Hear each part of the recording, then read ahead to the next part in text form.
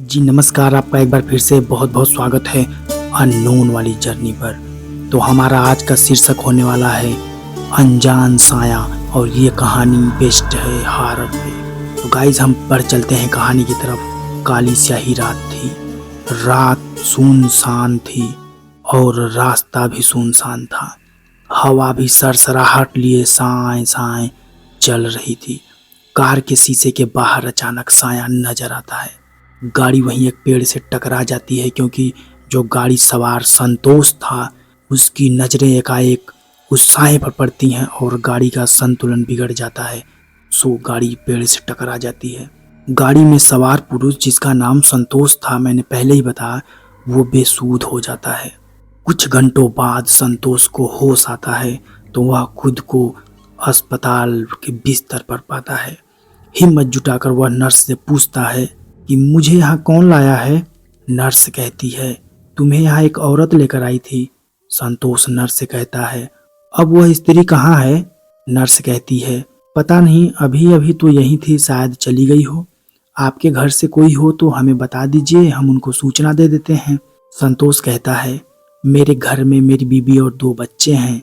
सूचना मिलने पर उनकी बीबी मीनाक्षी और दोनों बच्चे दीपिका और संजय अस्पताल में चले आते हैं।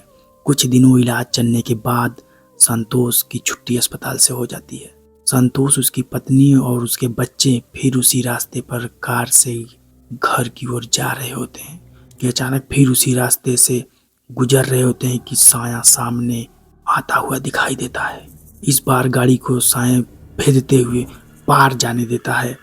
कुछ दूर गाड़ी सुनसान रास्ते पर आगे चली जाती है। तब उसे एक वृद्ध आदमी दिखाई देता है।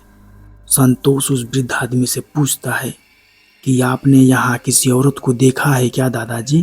वृद्ध आदमी खांसते हुए बोलता है कहीं आप उस औरत की तो बात नहीं कर रहे।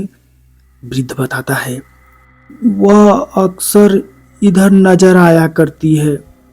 असल में वह स्त्री एक अभी इस दुनिया में नहीं रही, वह मर चुकी है। यह बात सुनकर संतोष स्तब्ध हो जाता है।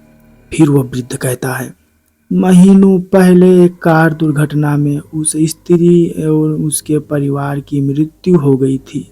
उस वक्त इलाज ना मिलने की वजह से यह उसी मृतात्मा का साया है जो हर आने जाने वाले व्यक्ति की मदद करता है।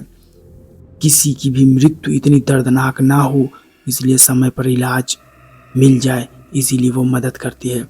संतोष को अब सारी बात समझ में आ गई थी कि वो स्त्री कोई और नहीं, वो साया ही है जो मुझे अस्पताल लेकर गई थी।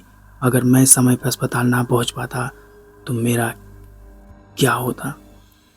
और यही सोचता हुआ वो गाड़ी स्टार्ट करता है और घर की तरफ रवाना हो जाता है।